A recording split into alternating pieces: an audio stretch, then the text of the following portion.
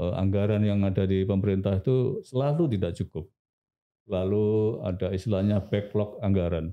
Jadi kalau misalnya gampangnya kita butuh 100 perak misalnya gitu ya, yang anggaran yang ada tuangkan di dalam DIPA setiap tahunnya itu hanya kurang lebih separuhnya.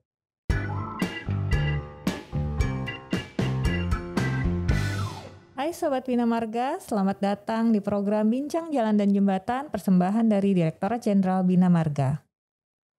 Bersama saya Wulandari Wurjanti, dalam episode ini kita akan membahas seputar skema pembiayaan KPBU pada paket preservasi jalan dan jembatan. Telah hadir bersama saya Bapak Insinyur Ahmad Cahyadi, Master of Engineering Science, selaku Direktur Preservasi Jalan dan Jembatan Wilayah 1. Selamat datang Bapak, sehat ya Pak ya? Selamat datang Mbak Ya, Wulan, selamat sehat pagi. selalu ya Pak ya, Alhamdulillah, pagi. terima kasih diundang. Ya, nih Pak. Pertama nih kan Sobat Bina Marga ada beberapa yang belum tahu mengenai preservasi itu apa dan lingkup pekerjaannya apa saja. Bisa Bapak jelaskan sedikit mengenai hal tersebut? Ya, terima kasih ya Bapak Ibu, adik-adik semua untuk Sobat Bina Marga kita. Iya, Jadi betul. kegiatan preservasi jalan itu adalah kegiatan untuk mempertahankan kondisi mantap jalan kita, ya. Jadi kalau perumpamaan kita punya rumah misalnya kan, Sobat Bina Marga kan punya rumah ini ditempatin kan. Rumah itu kan harus dijaga agar tetap berfungsi dengan baik. Atapnya dijaga, kalau hujan jangan bocor ya, pintunya dijaga misalnya nggak keropos. Itu sama juga dengan jalan kita. Jadi jalan nasional kita di seluruh Indonesia itu ada kurang lebih 47.000 kilo. 47.017 kilometer Pak, Mbak Yulan ya. Dari Sabang sampai Merauke, dari Aceh sampai wilayah Indonesia bagian timur. Nah itu harus dijaga setiap saat, harus kondisinya baik, dapat memberikan pelayanan kepada masyarakat kita. Itu Oh, adalah intinya untuk kegiatan preservasi jalan kita. oh, baik Pak. Jadi jalan yang telah ada dipelihara supaya kondisinya prima ya Pak ya.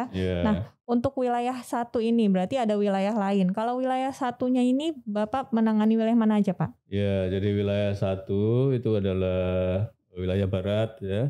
Jadi kalau pulaunya, pulau besarnya itu ada 4, Pulau Sumatera, Pulau Kalimantan, Pulau Jawa, dan Bali. Jadi di 4 pulau di sana itu ada 19 balai ya. Ada balai besar, ada balai pelaksanaan jalan nasional, ya, balai besarnya nanti ada Sumatera Utara, Sumatera Selatan, DKI Jawa Barat, Jawa Tengah, Jogja, Jawa Timur, Bali, dan Kalimantan Timur. Jadi yang lainnya itu adalah balai pelaksanaan jalan nasional kita. Jadi ada 19 balai, ada kurang lebih ya kalau dibagi-bagi 60 persen atau 65% itu berada di wilayah satu atau wilayah barat, nanti sisanya adalah di wilayah timur. Jadi mulai dari NTB, NTT ke timur, ke Sulawesi Barat, Papua dan seterusnya, Papua Barat dan seterusnya itu adalah wilayah di wilayah timur atau di Direktorat Preservasi Jalan dan Jembatan Wilayah 2. Kalau pemeliharaan, berarti jalan yang sudah ada hubungannya dengan umur rencana jalan ya Pak ya. Nah, faktor apa aja yang menyebabkan umur rencana jalan dan jembatan tidak sesuai dengan rencana semula nih, sehingga harus dilakukan preservasi? Ya, preservasi itu bukan tidak sesuai dengan umur rencana, Mbak, ya. Kita membuat jalan dengan umur rencana yang ada itu pun harus dilakukan preservasi, harus dilakukan perawatan ya. Ada 3 hal misalnya yang ini, jadi karena jalan kita kan dilewati kendaraan ya, kendaraan dilewati itu pasti dia akan mengalami penurunan kondisi, akan mengalami keausan misalnya ya, akan mengalami keretakan, akan timbul lubang dan sebagainya. Itu adalah karena beban lalu lintas kita. Jadi yang lain misalnya karena cuaca ya, jadi baik karena perubahan cuaca siang, malam, musim hujan, musim kemarau, itu pun juga mengalami penurunan kondisi yang jalan-jalan kita itu harus dilakukan perawatan, harus dilakukan preservasi jalan, harus dijaga tetap kondisinya itu cukup baik. Yang lain ya bencana alam misalnya ini kan karena ada cuaca ekstrim, climate change atau perubahan yang lain-lain pasti itu akan menimbulkan bencana alam ya, ada longsor, ada banjir, ada ini itu pasti kita harus ada kegiatan untuk preservasi untuk mempertahankan agar kondisi jalan dan jembatan kita cukup baik. Jadi kita tidak hanya jalan aja Mbak, kita juga melakukan preservasi jembatan yang di bawah bentang yang masuk kategori jembatan tidak khusus, yang kalau khusus itu mungkin jembatannya panjang dan lain sebagainya ya, itu adalah masuk di Direktorat Jembatan, tapi kalau yang di luar itu jembatan-jembatan biasa yang tidak membutuhkan teknologi khusus dan lain-lain itu adalah kita lakukan preservasi jembatan di Direktorat Preservasi Jalan dan Jembatan. Nah, untuk preservasi jalan dan jembatan itu sendiri, pemerintah kan saat ini sedang menerapkan sistem kerjasama pemerintah dan badan usaha. Mhm, Nah, dijelaskan ya Pak ya secara singkat mengenai apa yang dimaksud mhm, itu dengan KPBU dan bagaimana sistem mhm. penyerapannya. Jadi problem kita jadi anggaran pemerintah ini kan terbatas juga ya Bapak-bapak dan Ibu ada sobat bina marga kita. Jadi anggaran pemerintah itu bukan nggak terbatas juga ya. Jadi pengalaman kita dengan rencana yang ada di dalam Renstra, kita akan punya rencana strategis ya tiap 5 tahunan 2019 sampai 2024 ya. Kita evaluasi, kita lakukan survei dan lain sebagainya, kita hitung kita butuh anggaran untuk mempertahankan kondisi jalan dan jembatan itu. Tetapi yang realisasinya juga anggaran yang ada di pemerintah itu selalu tidak cukup. Lalu ada istilahnya backlog anggaran. Jadi kalau misalnya gampangnya kita butuh 100 perak misalnya gitu ya, yang anggaran yang ada tuangkan di dalam DIPA setiap tahunnya itu hanya kurang lebih separuhnya. Maka kita harus mencari akal, mencari jalan bagaimana agar pelayanan yang dibutuhkan oleh masyarakat, pelayanan yang kita rencanakan untuk melayani masyarakat kita ini bisa dilakukan, bisa dipenuhi. Bagaimana mencari sumber-sumber pembiayaan lainnya. Hmm. Salah satunya adalah Sobat Bina Marga kita ini dengan program KPBU. KPBU ini adalah K-nya adalah kerjasama, P-nya adalah pemerintah, B-nya itu adalah badan usaha, BU-nya. Jadi kerjasama antara pemerintah dengan badan usaha. Detailnya gimana? Jadi gampangnya itu ya kita minta kegiatan-kegiatan yang kita rencanakan tadi itu dapat dibiayai dulu oleh badan usaha. Setelah itu dengan hitungan-hitungan tertentu, dengan waktu-waktu yang sudah kita rencanakan dan kita lakukan proses bidding, lelang dan sebagainya, nanti pemerintah itu membayar kembali investasi yang sudah dikeluarkan oleh badan usaha itu. Jadi Hmm. prinsipnya adalah dibiayai dulu oleh badan usaha, dilaksanakan, ini mulai dari desain sampai pelaksanaan sampai selesai nanti dibiayai oleh badan usaha. Setelah itu pemerintah yang akan mencicil nanti ke badan usaha itu, akan Oh membayar ya baik kembali. Pak. Jadi mencicil ke badan usaha yang membiayai dulu di Mhm, depan, begitu ya iya. Pak ya? Kalau kita kerjakan dulu kan kita nggak punya duit Mbak, jadi disuruh kerjakan badan usaha Iya dulu iya. kerjalah nanti kita bayar gitu. Biasanya skemanya berapa lama tuh Pak untuk membayar itu? Kita yang sudah kontrak itu dipreservasi, Hmm. Itu ada 2 Mbak ya, di Mhm. KPBU Jalan Lintas Timur Sumatera Selatan di Mhm. Palembang dan KPBU Preservasi Jalan Lintas Timur Sumatera di Riau. Jadi kedua-duanya ini memang, sama, jadi walaupun kontraknya ada yang duluan itu adalah di Sumsel, terus belakangan itu adalah di Riau. Jadi masa konstruksinya itu adalah 3 tahun. Jadi di Sumsel masa konstruksinya 3 tahun, kemudian setelah itu adalah masa layanannya namanya. Masa layanan itu masih dikelola oleh badan usaha itu, belum diserahkan kepada pemerintah, itu selama 12 tahun.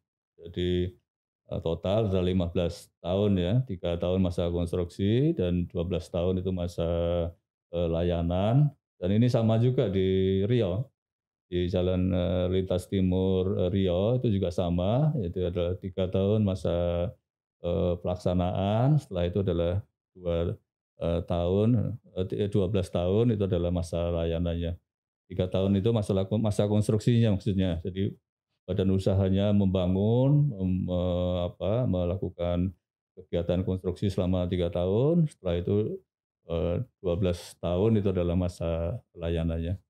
Nah, untuk, jalan-jalan tersebut yang menggunakan skema ini, apakah ada kriteria khusus, Pak, untuk preservasi jalannya yang menggunakan skema KPBU?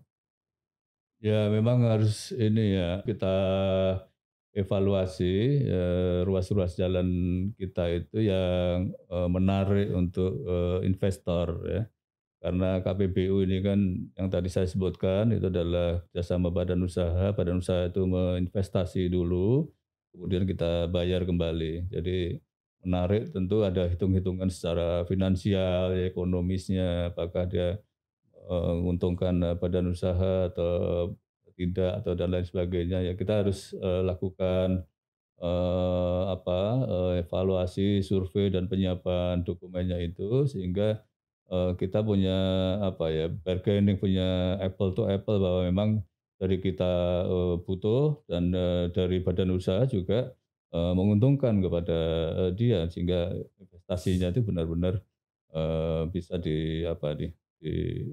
dipertanggungjawabkan atau dievaluasi sebaik-baiknya. Tadi kan Bapak menjelaskan bahwa untuk saat ini ada 2 jalan yang telah menggunakan skema KPBU ya, Pak, ya, Iya 2021. iya. Itu tadi Bapak bilang jalan lintas selatan Palembang, Lintas, lintas timur Sumatera, Mbak. lintas timur Timur Sumatera, dan Sumatera lintas di timur Riau. Sumatera Selatan di Palembang dan Iya, lintas timur Sumatera di Riau. Riau. Oh, Iya, hanya 2 itu, Pak, untuk 2021?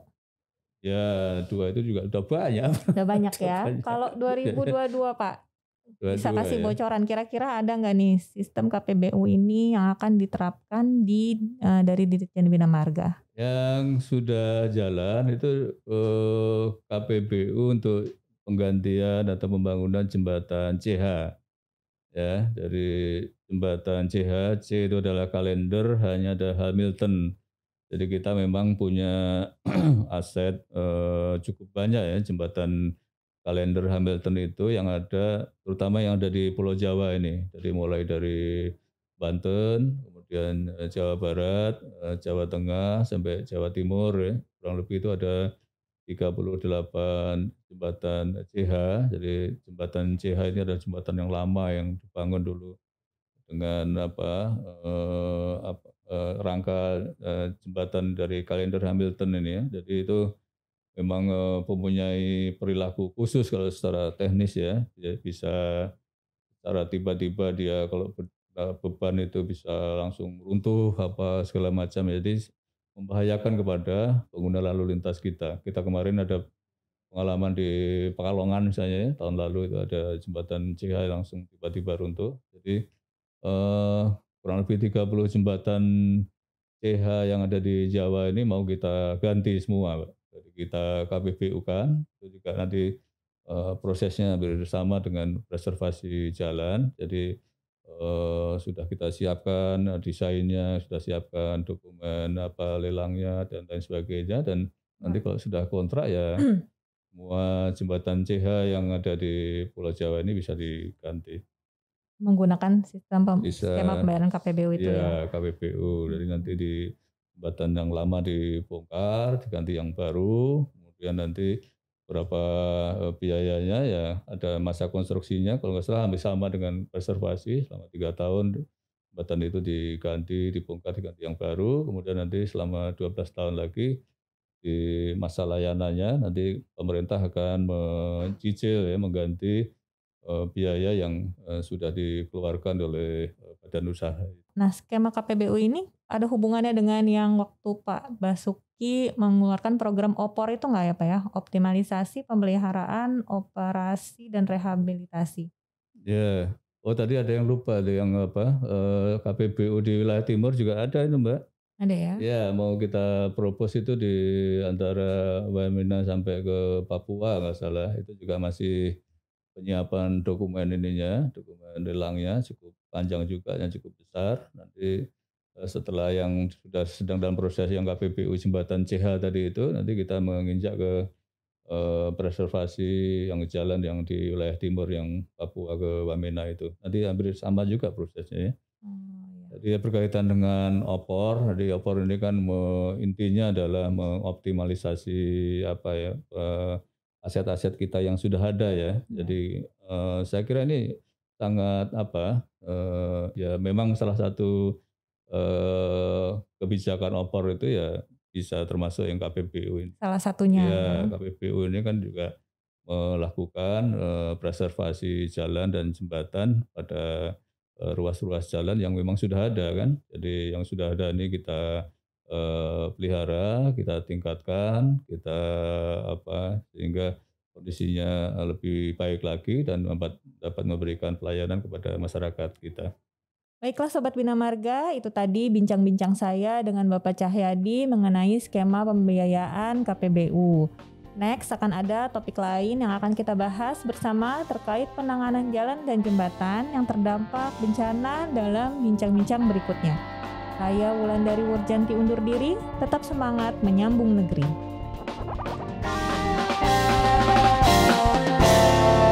Baik dari musim kemarau maupun musim hujan, dalam musim hujan ke kemarau pasti, terdapat, dampaknya terhadap, kondisi aset jalan dan jembatan kita ya.